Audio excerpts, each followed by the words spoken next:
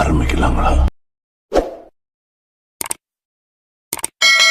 நடிகர் அருண் விஜய் நடிச்சிருக்க ரெட்ட தல படத்துக்கு சென்சார் போர்ட் வந்து யுஏ சர்டிபிகேட் கொடுத்துருக்கிறதா படக்குழு சொல்லிருக்காங்க. இந்த படத்தை இயக்குனர் திருக்குமரன் டைரக்ட் பண்ணிருக்காங்க. ரெட்ட தல படத்துல தன்யா ரவிச்சந்திரன், சித்தி இட்னானி இவங்க எல்லாரும் முக்கியமான ரோல்ல நடிச்சிருக்காங்க. சாம் சிஎஸ் இந்த படத்துக்கு மியூசிக் போட்டிருக்காரு. ரெட்ட தல படம் டிசம்பர் 25ஆம் தேதி ரிலீஸ் ஆக போகுது.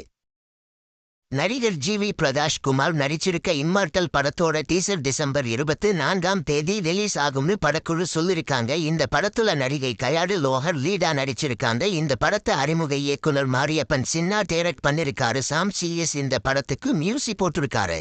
நடிகர் நிவின் பாலி நடிச்சிருக்க சர்வம் மாயா படத்தோட தேர்ட் சிங்கிள் சாங் விளரத்தாரம் சாங் வந்து டிசம்பர் 23ஆம் தேதி ரிலீஸ் ஆக போகுது. இந்த படத்தை இயக்குனர் அகில் சத்யன் டைரக்ட் பண்ணிருக்காரு. ஜஸ்டின் பிரபாகரன் இந்த படத்துக்கு மியூசிக் போட்டிருக்காரு. சர்வம் மாயா படம் டிசம்பர் 25ஆம் தேதி ரிலீஸ் ஆக டைரக்டர் அபிஷன் ஜீவன் ஹீரோவா அறிமுகம் ஆக போற வித் லவ் படத்தோட ஃபர்ஸ்ட் சிங்கிள் சாங் ஏ காதலே அப்படிங்கிற பாட்டு ரிலீஸ் ஆகிருக்கு. இந்த படத்தை அறிமுக இயக்குனர் மதன் டைரக்ட் பண்ணிருக்காரு. சீன் ரோல்டன் இந்த படத்துக்கு மியூசிக் போட்டிருக்காரு. சௌந்தர்யா ரஜினிகாந்த் இந்த படத்தை தயாரிச்சிருக்காங்க.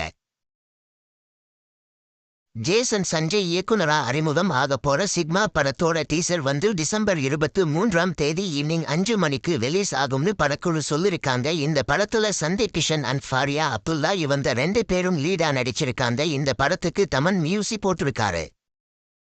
நடிகை கீர்த்தி சுரேஷ் நடிச்சு தியேட்டர்ஸ்ல ரிலீஸ் ஆன ரிவால்வர் வீட்டா படம் டிசம்பர் 26ஆம் தேதி நெட்ஃபிளிக்ஸ்ல ரிலீஸ் ஆக போகுது. இந்த படத்தை இயக்குனர் ஜே.கே. சந்திரு டைரக்ட் பண்ணிருக்காரு. நெட்ஃபிளிக்ஸ்ல ரிவால்வர் வீட்டா படம் வந்து தமிழ், தெலுங்கு, மலையாளம், கன்னடான்னு 4 லாங்குவேஜ்ல ரிலீஸ் ஆக போகுது.